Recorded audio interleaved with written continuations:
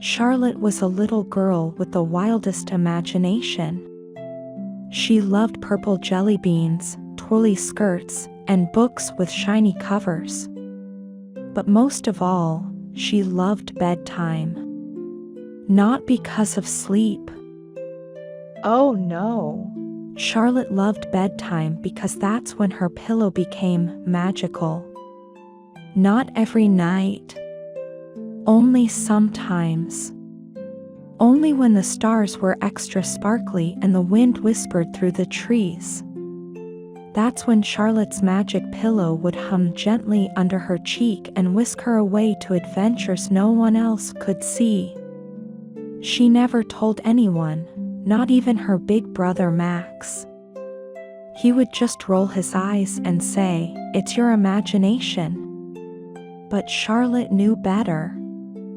It all started one chilly autumn evening. She had brushed her teeth, picked out her favorite bunny pajamas, and flopped onto bed with a sigh.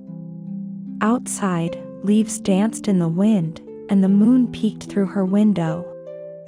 Charlotte rested her head on her soft, cloud-shaped pillow. It smelled like lavender and warm laundry. Then, it began to hum. Not loud. Not scary. A gentle, cozy kind of hum, like a song without words. She sat up, surprised. "Did you just sing to me?" she whispered. The pillow wobbled slightly. Then it glowed. A soft, bluish shimmer. Before she could call for her mom, the glow spread around her. Her bed disappeared, the walls faded, and suddenly, she was floating. Not falling. Just gently drifting, like a feather in a breeze. Beneath her was a sea of stars. Above her, puffy clouds shaped like animals. And below, a golden field full of laughing flowers. Charlotte giggled. "Where am I?" A voice answered from her side.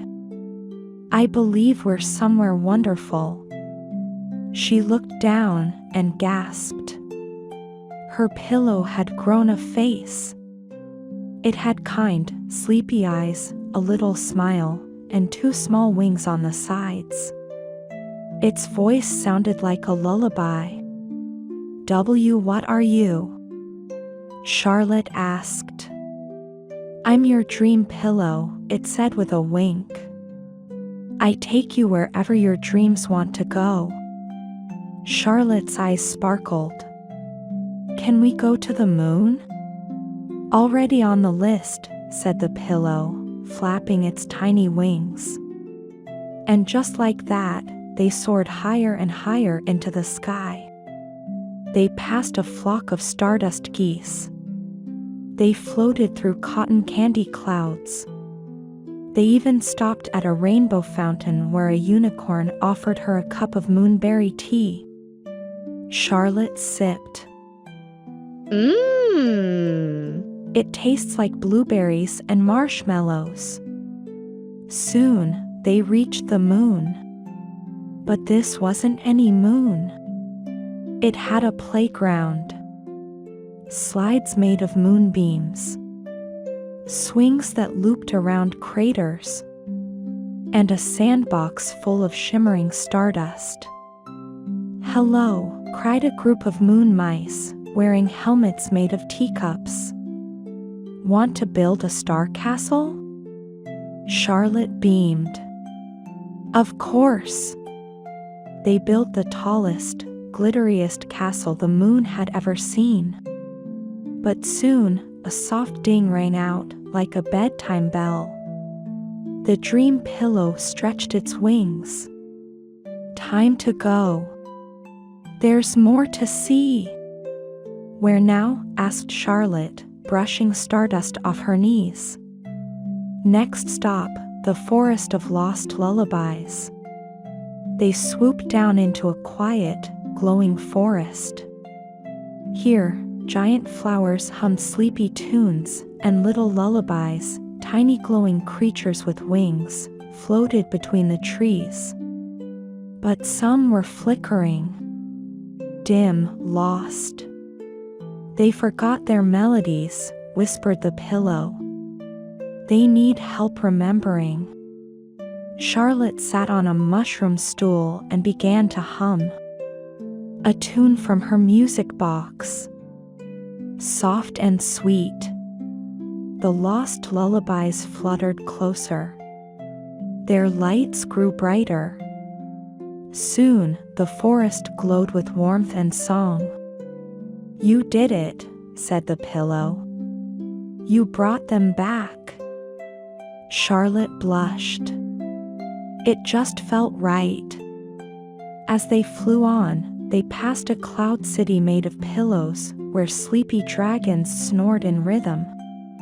They visited a whale who swam in the Milky Way and carried dreams in bubbles. They even helped a comet find its tail. Each place was more magical than the last. But then, the pillow paused. "Charlotte," it said softly, "there's one last stop tonight." Charlotte yawned. "Where?" The pillow turned. "Your own heart." With a gentle whoosh, they floated downward.